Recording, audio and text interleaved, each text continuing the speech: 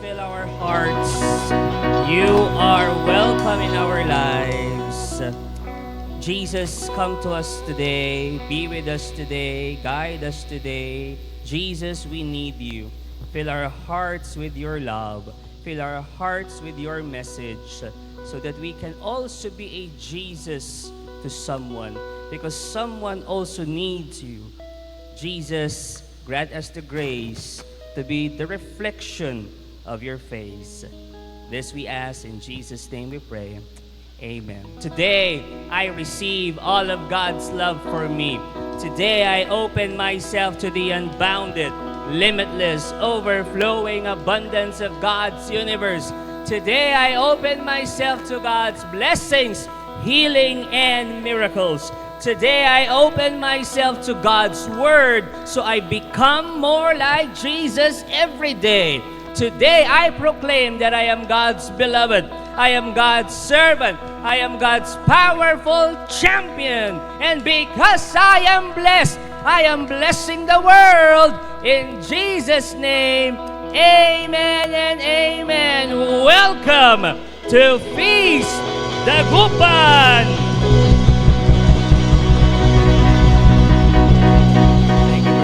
Thank you for joining us today, and nais kong pasalamatan ng bawat isa, kaso hindi ko magawa-gawa. That's why I encourage you as one family, we go around at pakisabi sa lahat ng mamimit ninyo, maraming salamat. Thank you for coming. Kung kapamilya mo yan, i-hug mo. Kung di naman kayo close, fist bump tayo. For 30 seconds, come on. Thank you for coming.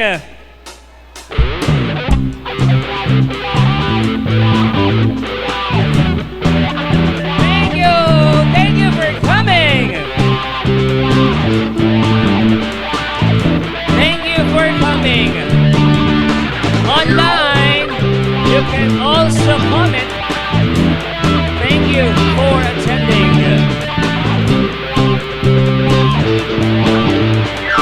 10 seconds.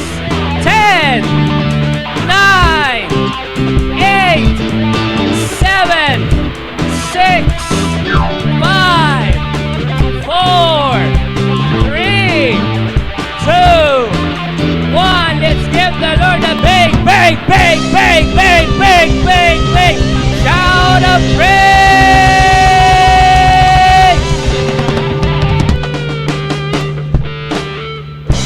Welcome to Feast Dagupan. Meron po ba mga first-timers? Pakitaas po ang kamay. Come on, we want to welcome you. Huwag po kayong mahiya. Welcome! Taas lang po. Sino pa po? Welcome, first-timers. Thank you very much. Pagkatapos po ng feast, magkita po tayo dito. Ipagdadasal namin kayo. At meron kaming regalo para sa inyo to welcome you. And now, you are now part of our family.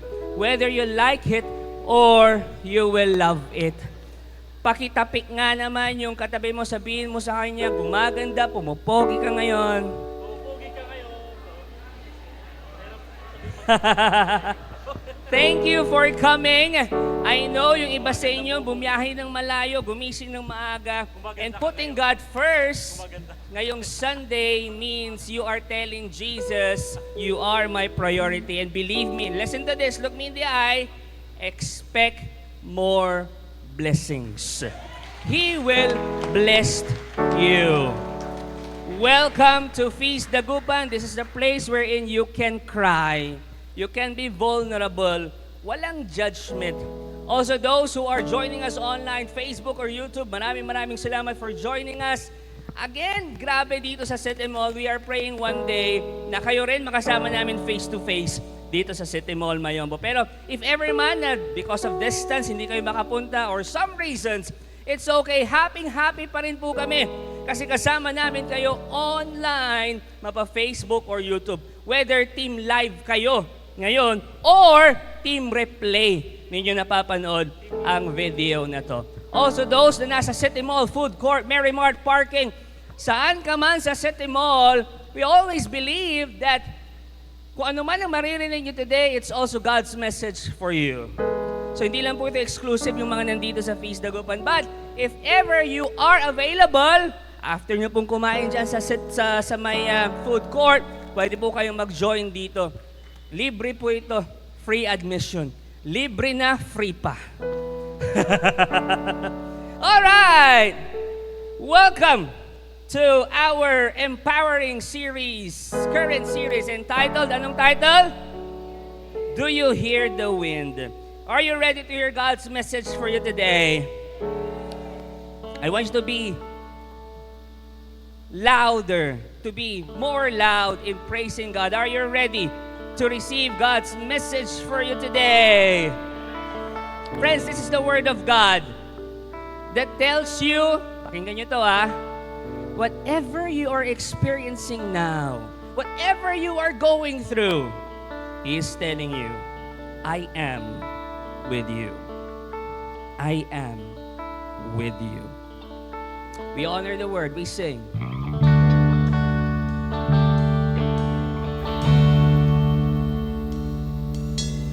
Thy Word is a lamp unto my feet and a light unto my path. Again, our series is entitled, Do You Hear the Wind? Pakitanong nga yung katabi mo ulit, do you hear the wind? Brother Bars, tungkol saan ang series na to? Tungkol to saan? The Holy Spirit.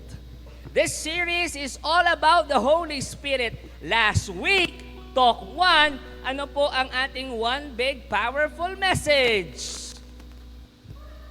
Kayo nagka-eleksyon lang, nakalimutan nyo na. Come, Holy Spirit. That's also the title of Talk 1. Remember, Come, Holy Spirit. Last week sa Talk 1, we've learned na ang Holy Spirit, hindi naman talaga malayo sa atin. We've learned na ang Holy Spirit, wala siya sa kabilang kwarto, kabilang room. That's why when we pray, Come, Holy Spirit, we are not calling the Holy Spirit to be in our presence. When we pray, Come, Holy Spirit, we are calling ourselves, we are reminding ourselves to be in His presence. Nasusundan niyo ho? Because the Holy Spirit is always there. Sikuhin mo yung katabi mo, lagi siyang nandyan. So when we pray, Come Holy Spirit, hindi yung, ay, ang layo-layo ng Holy Spirit, halika dito, come. No, no, no, no. The Holy Spirit is always there. When you pray, Come Holy Spirit, you are reminding yourself to be in His presence. Yun yung Come Holy Spirit. Kasi yung iba, sabi nila, uy, kantahin mo yung Come, Holy Spirit. Kasi pag hindi mo kinanta yun, wala sa yung Holy Spirit. No, the Holy Spirit is always with you. When you sing that song, when you pray that prayer, it reminds you na ikaw dapat ang nasa presensya ng Holy Spirit. Today, Talk 2 is entitled Spirit-Filled People. That's Talk 2, Spirit-Filled People. Pakiulit. Pakitignan ng katabi, sabihin mo or tingnan mo, Spirit-filled ba yan? Anong espiritu ang nasa kanya? Yesterday, I was in a retreat, canonical retreat namin sa Agustinian, and there's this one priest, hindi ko nasasabihin kung sino, kwentuhan niya kami, sabi niya. Meron nag-invite sa akin sa ospital kasi may sakit. Okay lang ba? Medyo nakatayo muna kayo. Para hindi okay Kunti lang naman, exercise lang. May nag-invite sa akin. Sabi niya, nasa ospital, tapos nung dumating ako, sabi nung pare, paglapit ko sa kanya, gumaganon-ganon siya. So sabi nung pare, teka lang, parang mamamatay na ata. Parang hindi siya, parang merong something sa kanya. Sabi nung pare, bigyan niyo ng papel. Baka meron siyang gustong sabihin. So pinagsulat nila. Tapos nung after siyang pinagsulat, maya-mayang konti, namatay na siya. After few days, sabi nung pare, inimbitahan siya doon sa lamay nung namatay. And then homily niya doon sa misa, sabi niya, naalala niya, ay teka lang, may sulat si Kuya Luis yung pangalan nung namatay. Hindi ko pa siya nababasa magmula nung ipinasulat natin sa kanya. Baka ito yung huling habilin niya sa inyo. Basahin natin.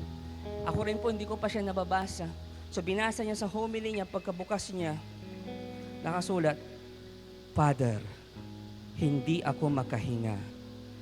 Natapakan mo ang oxygen. So namatay siya dahil kay Father. Kasi tinapakan niya yung oxygen. Doon lang na-realize ni Father na dahil sa kanya namatay si Kuya Luis. Hindi ko alam kung kwentong barbero lang niya yon. But here's my point. Tanong niyo kung ano. The Hebrew word for spirit is ruach. Sabihin niyo nga ruach. Brother Bars, ano yung ruach? Breath. Oxygen. Spirit, breath, oxygen, one word lang yan. Ruach. Sabihin nyo nga ruach, yung parang may plema ka. Oh. Pangit pakinggan pag sabay-sabay. We cannot live without oxygen. Tama? Kaya nga namatay yung tinutukoy ni Father kasi walang oxygen. Nawalan ng oxygen. Kung tayo ay nagka-heart attack o kaya kapag tayo ay na-choke, may bumarang karne dyan sa lalamunan mo, in 1 minute, hirap ka ng huminga. After 4 minutes, your brain cells start to die. After 6 minutes, patay ka na. Ruach. Ruach nga, breath. Without God's breath, in the same way, God's Spirit is our oxygen. Ruach, breath. Without breath, without God's ruach, we die. We die. Kaya nga ang ganda ng dasal ni David na nakasulat sa Book of Psalms. Pagkatapos niya nagkasala, nagsisi siya at nagdasal. Umiyak siya sa Diyos. Sabi niya, cast me not away from your presence. Take not your Holy Spirit, your ruach, your breath from me. Kasi nung nagkasala siya, nahiwalay siya sa Diyos, nahiwalay siya sa Spirit, and because of that, ang gulo ng buhay niya, para na rin siyang patay. Am I making sense? Spiritually dead because of his sins. Kaya ayaw na niyang maulit yon. Kaya ito, desperate prayer niya yan, desperado na siya, nagdadasal siya, desperately, sabi niya, take not your Holy Spirit, your ruach from me. Please, huwag mong tanggalin sa akin yun kasi papalpak ulit ako. Di ba kapag ang tao ay naghihingalo, desperado sa oxygen at gagawin niya ang lahat para lang makahinga, para lang magkaroon ng oxygen. Tama? O sige nga, takpan mo yung ilong mo. O, di ba ayaw mo? Ayaw na niyang maranasan yung ganon. Ganon din kay David. Ayaw na niyang maranasan yung hirap yung pamumuhay niya because wala siyang ruach. Wala ang Holy Spirit sa kanya.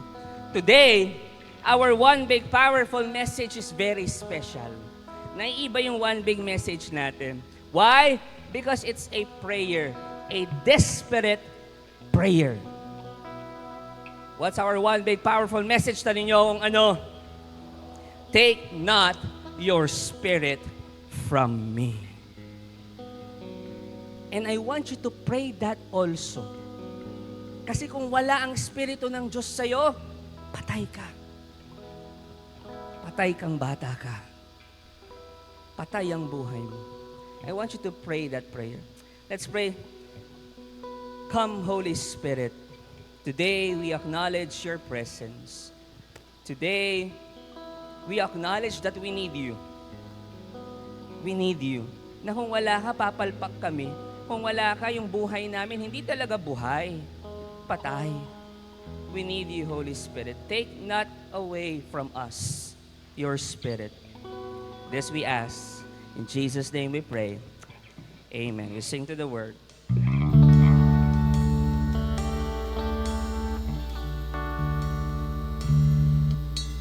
Thy word is a lamp unto my feet and a light unto my path. Thy word is a lamp unto my feet and a light unto my path. Please be seated, everybody. At habang kumaupo ka, pakisabi sa katabi mo, God will speak to you today. Uy, God will speak to you today at meron siyang mensahe sa iyo that will change your life. Unang-una sa lahat, hindi pa po Father's Day, but I want to acknowledge and honor all the fathers in the house. Please raise your hands. Husbands, boyfriends, fathers. Ayan, taas lang po. Ayan. Palakpakan naman natin sila. Hindi pa po Father's Day, but I want to honor you. Thank you for bringing your family to the church. Thank you for bringing your family closer to Jesus. As husbands, as fathers, as boyfriends, that's our main task. To bring our wife, our spouse, our children, our girlfriend closer to Jesus. That's our task. Thank you for leading your family. Are you ready to listen to God's word? Nakalimutan ko yung props ko. But anyway, bro, pakita na lang natin yung naka-hide na slide. Okay. Nakita na kayo ng gloves or ng glove kung isa. Nakita na? Yung gloves, yung sinusuot sa kamay. Parang kailangan ko bang i-explain na. Nakita na? Okay. Wala kasi yung props ko, nakalimutan ko. Now, yung gloves, ayan, yung gloves. Kung titingnan ninyo, nakakorte siyang, kamay. Parang may narinig akong paa. Kanyang paa? Nakakorte siyang kamay, 5 fingers, tapos yung thumb niya nakahiwalay, 'di ba? Ganyan ang isang glove. Ang isang glove or gloves kung dalawa siya, magiging useful lang 'yan pag may pumasok na kamay. That gloves can do anything.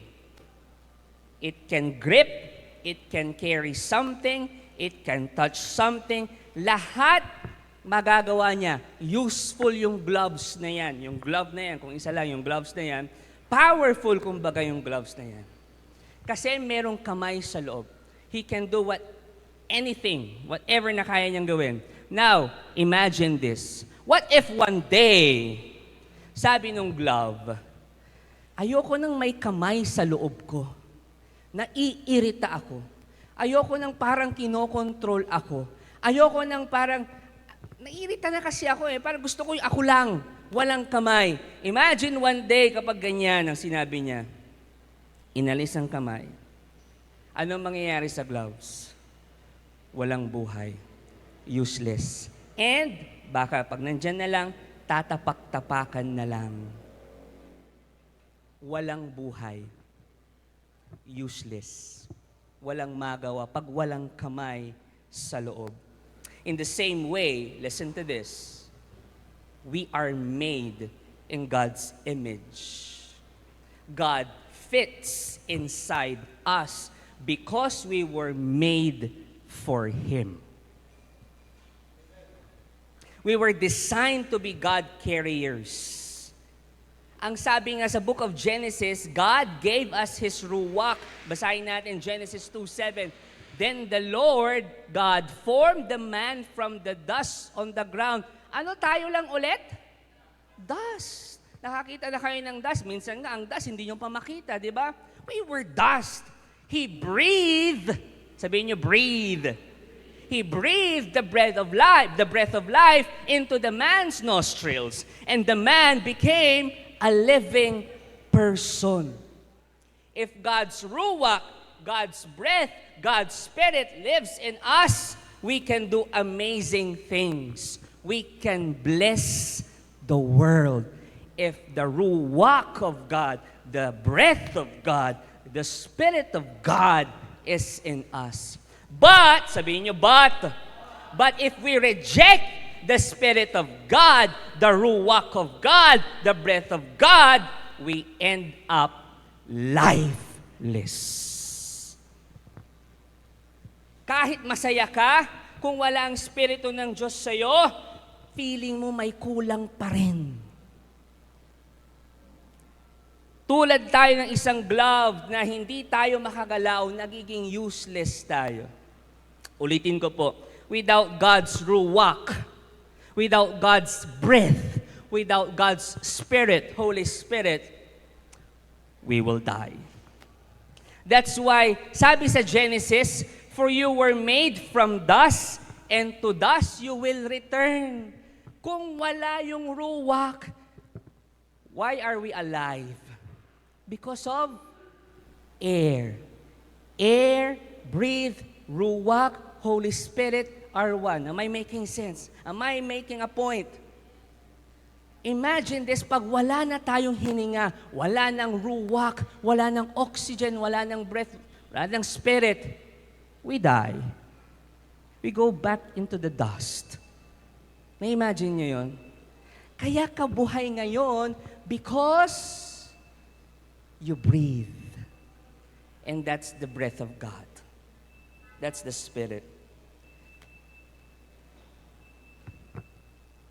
Kapag nare-realize mo na parang, teka lang, parang, okay, parang babalik ulit ako from dust, magiging useless ako. May pag-asa pa. Why? Because kasi as you go through the story, God doesn't walk away. Throughout the Bible, He insists, sabi mo insists, talagang pinipilit niya na bigyan ng ruwak yung mga tao. Grabe. Siya pa, ayaw mo ng ruwak, pero ipipilit ko sa'yo, dapat may ruwak ka, God's breath, Holy Spirit. Nagbibigay pa rin ng Diyos ng ruwak niya, ng breath niya, ng Spirit niya. Marami pong character sa Bible na dinescribe na filled with God's Spirit. Meron silang ruwak ng Diyos, breath of God, the Spirit of God, ang tawag dyan, filled with God's Spirit. Pero sa talk na ito, we will focus only on four people. 4 lang, pero marami sila. Although yung pangatlong example, grupo yan. Marami sila.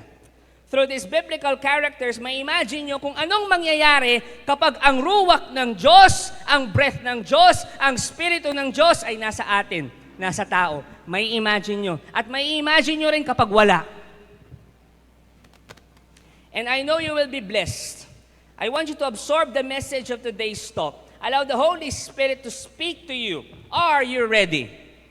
If you are, please welcome my co-preacher for today, Brother Lawrence Bandong.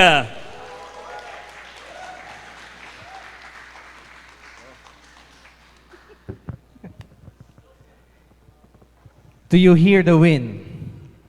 Getting to know the Holy Spirit. What a blessing for us here at the feast to have a series on the Holy Spirit. Alam niyo po, itong topic na ito, parang pagdating sa school, ito yung ayaw nilang i-discuss. Kumbaga parang research subject, ayaw nilang ituro. Ano?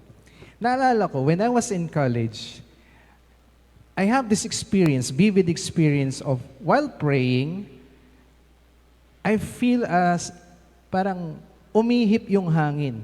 I was asking God for parang confirmation and then umihip yung hangin. I savored that moment.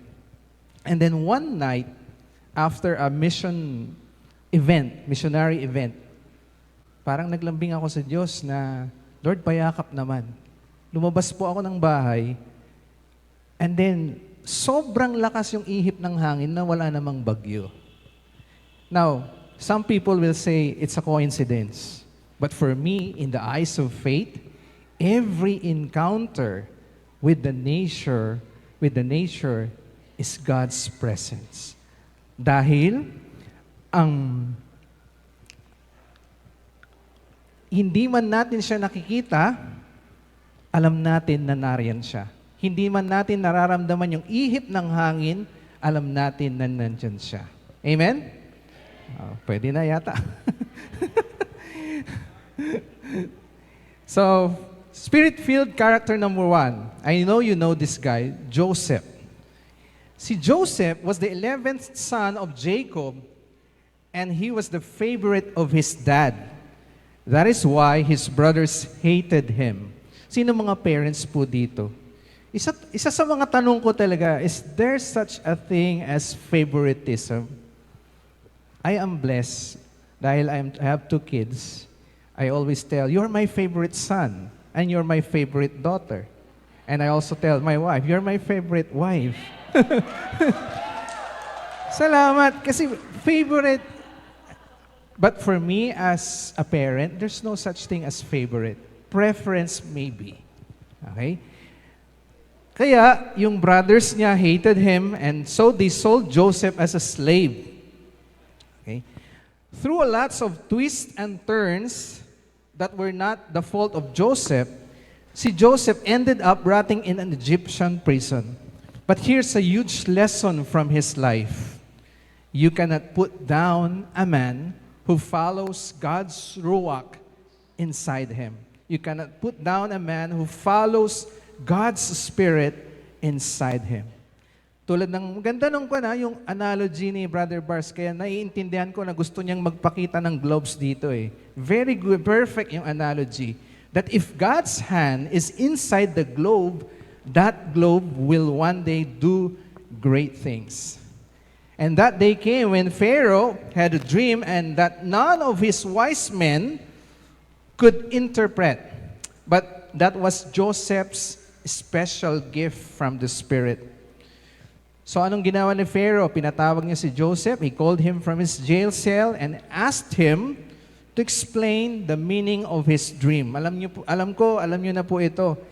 And the Pharaoh was astounded and he announced to all his officials. In Genesis 41 verse 38, it says there, "Can we find anyone else like this man, so obviously filled with the Spirit or Ruach of God?" Even this pagan king recognized that this was the work not of the globe, but the hand in the globe. In the latter part of the Egyptian society, Joseph was a slave and a condemned criminal, but he was promoted to the very top as the governor of Egypt. Listen, my dear friends, like Joseph, are you also in jail? Perhaps our prison bars are invisible. Perhaps it's your poverty mindset or small thinking. Ito, very common. Perhaps it's your self-pity and self-condemnation. Paano natin ito malalaman na meron pa nakakulong tayo sa self-pity? Pag nire-recite natin yung, "Today I proclaim that I'm God's powerful champion," and then nahihirapan ka because you're inside that prison cell. Or perhaps our addictions and bad habits. My dear friends, believe that God's Ruach, God's Spirit is inside you. Believe that God's Ruach will set you free. Amen? Like Joseph, have you had that experience of being betrayed by those closest to you? Like friends, workmates, or even family members? My dear friends, believe that the Ruach of God will vindicate you. One day before your enemies, God will raise you up. That's Joseph. Let's go to the character number 2. The next person might not be familiar to you. We call him Bezalel. Can we repeat that? Bezalel, the anointed artist. When the Israelites were wandering through the wilderness, God gave them detailed instructions to build His tabernacle, a mobile Eden, a place where heaven and earth can meet. But this was not just a simple tent. No? Building it was hard. I asked Benz kanina, no? Madali bang magtayo ng tent? Sabi niya, sa una, mahirap. Pero itong mobile tent, yung pagkatayo mo, mamaya aalis na sila. God gave them a blueprint so intricate, masalimuot, and rich in symbolism.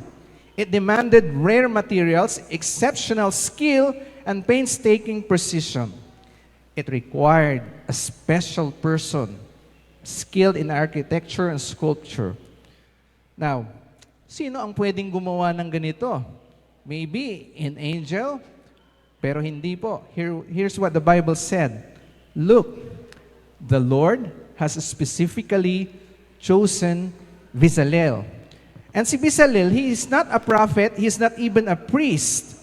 Bezalel was an artist, and he was going to build God's tabernacle not just by his own skill, but by the Spirit.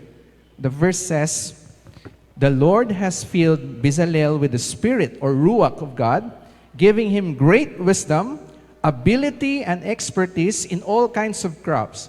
He is a master craftsman, expert in working with gold, silver, and bronze. He is skilled in engraving and mounting gemstones and in carving wood. He is a master at every craft.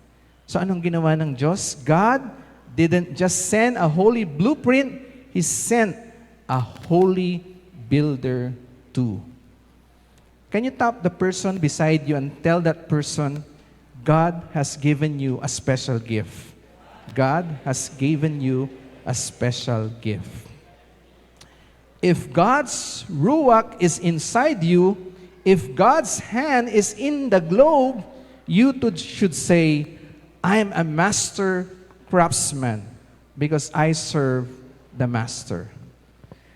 Your gift might be in sales, pwede sa pananahe, pwede sa pagluluto, programming, or kahit vulcanizing, or brewing great coffee. But like Bezalel, you pour your heart into your craft so that through your service, your work will be a sacred tabernacle where people experience heaven on earth. Can you declare this?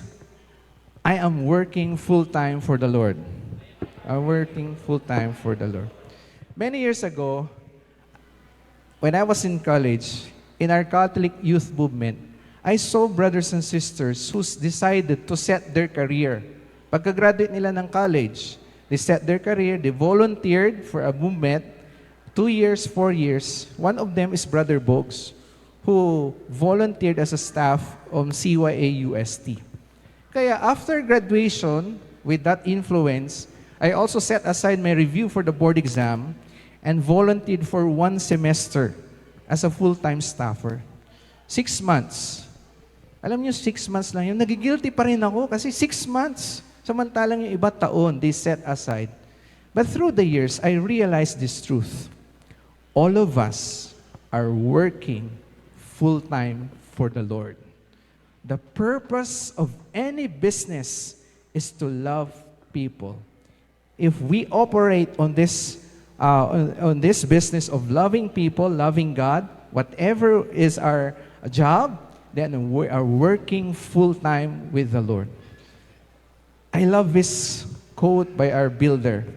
And I tell you that life is all about love and nothing else but love. If love is the reason that wakes you up each morning, if love is the motive of everything you do, and if love is the purpose of your life, then you are the richest person in this universe. Amen? Through your product, your service, your mission is to give people a glimpse of God's love. Ano man ang ginagawa natin. So we are blessed with this series.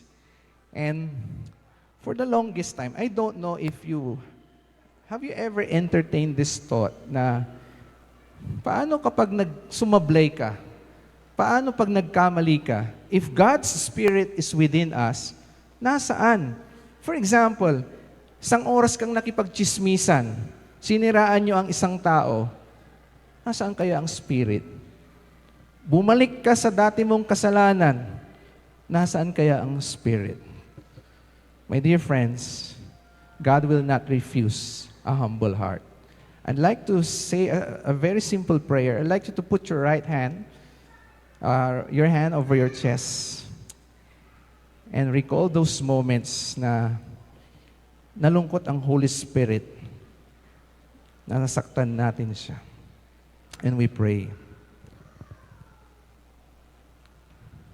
Cast me not away from your presence, and take not your Holy Spirit from me. Create in me a clean heart. Amen. Thank you, Lord. Brother Bars?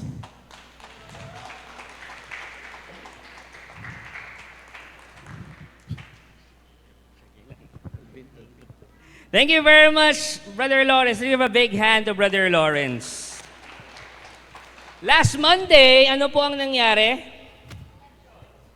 Election. Tanong, sino po sa inyo ang mga bumoto? Bumoto po ba kayo? Again, karapatan nyo yan na may kakilala ako, may mga narinig ako na nung bumoto daw sila, medyo minalas sila ng konti. Kasi nung panahon na lalagyan na ng indelible ink yung kanilang kuko, etong nangyari. Nabuhos. Malas na, di ba? Sobrang malas pa niya. Alam niyo kung bakit? Naglinis ng ilong.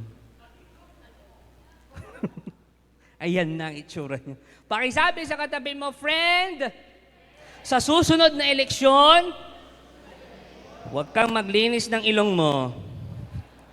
Again, our one big powerful message is this: take not your spirit from me. Pakiulit nga po.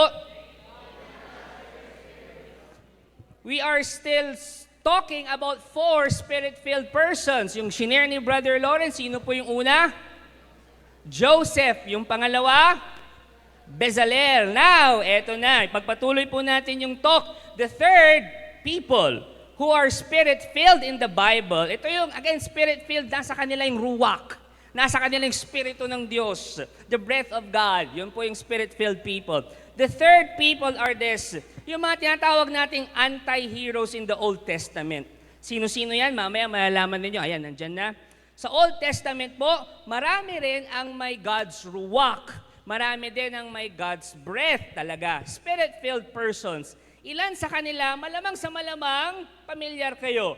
Saul, Gideon, Jephthah, Samson. Alam ko, pamilyar kayo sa mga pangalan na yan. Napag-usapan na natin sila nung nakaraang series natin. Ano yung last series natin?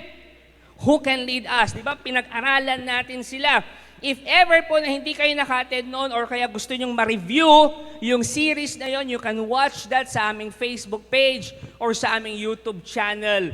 I-search nyo lang The Feast Dagupan. Now, itong mga nabanggit ko, si Saul, Gideon, Jephthah at Samson, nakasulat rin sa Bible that they too, sila rin, were filled with the Holy Spirit.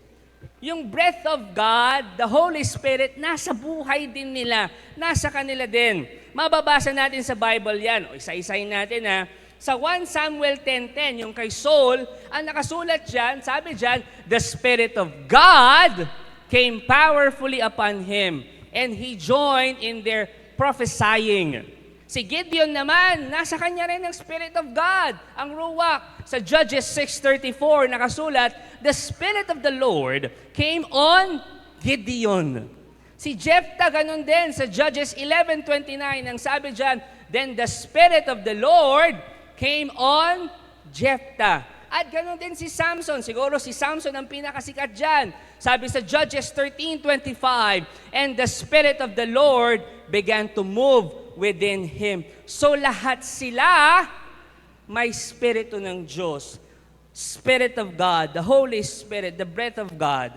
Now, kung titingnan nyo o babalikan nyo yung kwento nila, di ba pumalpak sila? Di ba may mga nagawa silang mali? Marami silang mga nagawang hindi maganda. Pero ang sabi dyan, the Spirit of the Lord was with them. Balikan lang natin yung mga kapalpakan nila. Si Saul, naging nainggit kay David, kaya plinano niya at inattempt niya ng ilang beses na patayin si David. Si Gideon naman, at the end of his life, nag-worship siya ng ibang Diyos. He worshiped other idols. Si Jephthah, sinakripisyo niya yung kanyang anak na babae to Molech. Si Molech, Diyos-Diyosan yan. Bakit niya sinakripisyo kay Molech? Kasi akala niya si Molech siya si Yahweh. Si Samson used his super strength para maghigante para sa kanyang kapakanan. Diba, ang dami-dami nilang mga kapalpakan. Pero sabi dyan, they were filled with the Holy Spirit. Dalawang ibig sabihin niyan, tanong niyo kung ano. These people are damaged people, broken people. But, sabihin niyo, but the Spirit of God, the Spirit of the Lord, God's Ruach, worked with them. partnered with this damaged people. Ano ngayon yan, Bars? Listen to this. All of us here are broken and damaged people. Once upon a time, we did something wrong. We committed mistakes. We committed sins. But the Spirit of God tells us, hey, I can still work with you if you will allow me to enter your heart. Gloves tayo, if we allow the hand of the Lord, the Spirit to enter in us. Tayo mga gloves. Am I making sense? God will still use us. The second point that I want to share with you is this. Ito yung medyo nakakalungkot. Kung titingnan nyo yung kwento nila nagsasabi rin that we can lose God's Spirit. Nung nagkamali sila, napakawalan nila ang Espiritu ng Diyos. When we commit sin, the Holy Spirit kumakawala. Actually, not kumakawala. Tayo ang nawawala in His presence. We can lose God's Spirit. Yung kwento nila, nasa kanila na yung Espiritu ng Diyos, pero napakawalan nila. And that also can happen to us. Kilala niyo po si King David? Pakita natin yung picture ni King David. Yung kasama niya dyan, yan si Bathsheba. Alam niyo na naging buhay ni King David, right? Si King David, kung titingnan niyo yung buhay niya, kamuntikan na. Kamuntikan na mapasama siya dun sa listahan ko kanina. Early in his life, he was filled with the Holy Spirit. Diba? He was the man after God's own heart, my goodness. But one day, he fell into murder and adultery. Kay Bathsheba, tapos pinapatay niya yung asawa ni Bathsheba. Buti na lang, sabihin niyo, buti na lang. Buti na lang, David repented and cried out to God. Nagdasal siya sa Diyos, umiiyak. Anong sabi niya? Cast me not away from your presence and take not your Holy Spirit, ruwak, from me. We must ask ourselves this question. Tulad ba ni Saul, Gideon, and Jephthah, and Samson, are we serving God today? We cannot be complacent. Hindi tayo pwedeng pakampante because we too can lose God's ruwak.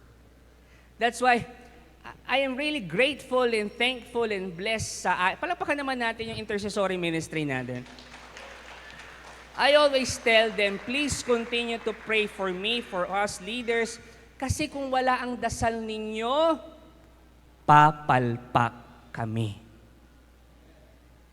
Papalpak ako. Please pray that the Holy Spirit will be, yes, He is always with us, but please pray that sana kami will always be in the presence of the Holy Spirit para hindi kami pumalpak. That's why we need every prayer, your prayers. Sa kwento ni David, he was faithful when he was serving God. Tama? But became unfaithful when he was not serving God. Pakinggan nyo to. The enemy doesn't attack when your armor is on. He attacks when you're relaxed. Pag nandito ka sa feast, nagsiserve ka, o kaya umattend ka, in a way, hindi ka ma-atake ng kaaway. Pero pag mag-isa ka na lang, bang! The enemy will attack you. So wag kang pakampante. Always, sabi nga ni St. Peter, be alert and of sober mind. Your enemy, the devil, prowls around, nandyan lang, like a roaring lion looking for someone to devour. Hinihintay lang niya na bumaba yung depensa mo at sasakmalin ka niya. The next day, hindi mo alam na fall ka na sa kasalanan. Always be alert, huwag pakampante. Taas ang kanang kamay, pakitapik ang nasa kanan, sabihin mo, always be alert. Pakitaas ang kaliwang kamay, pakitapik ka nasa kaliwa, tapikin mo, sabihin mo, huwag kang pakampante. Now, ito ang tanong. Was there a human image of God na talagang bawat minuto, bawat segundo, bawat oras, bawat moments ng buhay niya was in perfect union with the Spirit, with God's Ruach? Meron bang isang tao, image of God na tao, human image na all his life, every moment ng buhay niya, talagang in perfect union siya sa Spirit, sa God's Spirit, God's Ruach? Sa tingin niyo, meron ba? You tell me.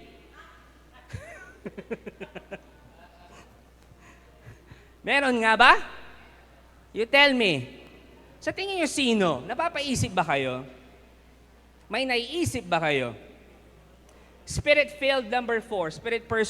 Spirit-filled person number 4. Jesus of Nazareth. Mga kapatid, siya po yung tinutukoy ko. Siya po yung sagot doon sa tanong ko. The entire life of Jesus was marked by the Spirit. Magmula nung ipinagbuntis siya ni Mary hanggang mamatay, the Holy Spirit was there. Di kayo maniwala? Sige, bibigyan ko kayo ng resibo. Luke 1:35, the angel told Mary, sabi niya, Jesus was conceived by the Spirit. Sabi ng angel kay Mary, the Holy Spirit will come upon you. Conceived by the Holy Spirit. Jesus was baptized by the Spirit. Kasi after siya mabaptizan, anong sabi doon? Mark 1:10, the Spirit descending on Him like a dove. Tingnan, imagine niyo yun ha. I want you to absorb that. Jesus served by the Spirit. Anong ginawa niya? Nag-preach siya, nagpagaling siya, nag-alis siya ng mga demonyo, claiming the prophecy of Isaiah for himself, declaring, anong sabi niya? The Spirit of the Lord is upon me, for He has anointed me to bring good news to the poor. He has sent me to proclaim that captives will be released, and that blind will see, that the oppressed will be set free. Jesus died by the Spirit. On the cross, anong sabi niya? Father, into your hands I commend my spirit. Just like every other human being, si Jesus din, He gave up His breath. He gave up His ruach. Pero hindi nagtagal because the Father in heaven gave back His ruach to Him. Anong nangyari? Jesus rose by the Spirit. And not just to Him, we are also part of the resurrection miracle. Sabi nga ni St. Paul, if the Spirit of Him who raised Jesus from the dead dwells in you, He who raised Christ Jesus from the dead will also give life to your mortal bodies through His Spirit who dwells in you. Jesus becomes the firstborn of a renewed humanity because the goal of God's Ruach is to make us like Jesus. Ibig sabihin, si Jesus ang kauna-unahang tao na nagkaroon ng perfect union with God's Ruach. And our goal is to be like Him. Kasi nga, yun ang ginagawa ng Ruach ng Diyos, ng Espiritu ng Diyos, to make us like Jesus. May I invite everyone to please stand.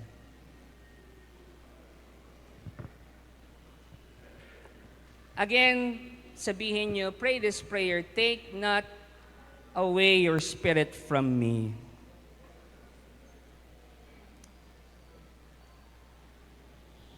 One of my weaknesses is that medyo mainitin ang ulo ko. Medyo lang naman. Tanong niyo si Jubel. Medyo mainitin ang ulo ko. Wala sa itsura, no? Wala talaga. And whenever I am tempted to burst out my anger, yung alam mo yung, ilalabas mo na yung galit mo, I always recall my mother's advice. Ang advice ng nanay ko sa akin, lagi niyang sinasabi, huminga ka lang. Huminga ka lang. Inhale, exhale ka lang ng ilang beses. At lilipas rin yung nararamdaman mong galit. Lilipas din yung nararamdaman mong inis. And true enough, lumilipas nga. It helped me also na makaiwas sa kasalanan. Kasi humihinga ka, hindi ka na nagalit, nakaiwas ka sa kasalanan. Nasusundan niyo, am I making sense? Here's the thing, my dear Feast Dagupan family. Listen very carefully, huwag niyong palagpasin to. Sabi ko kanina, spirit, breath, oxygen, in Hebrew, isang salita lang yon. At ano yung salitang yon? Ruwak. Now, saan ako papunta?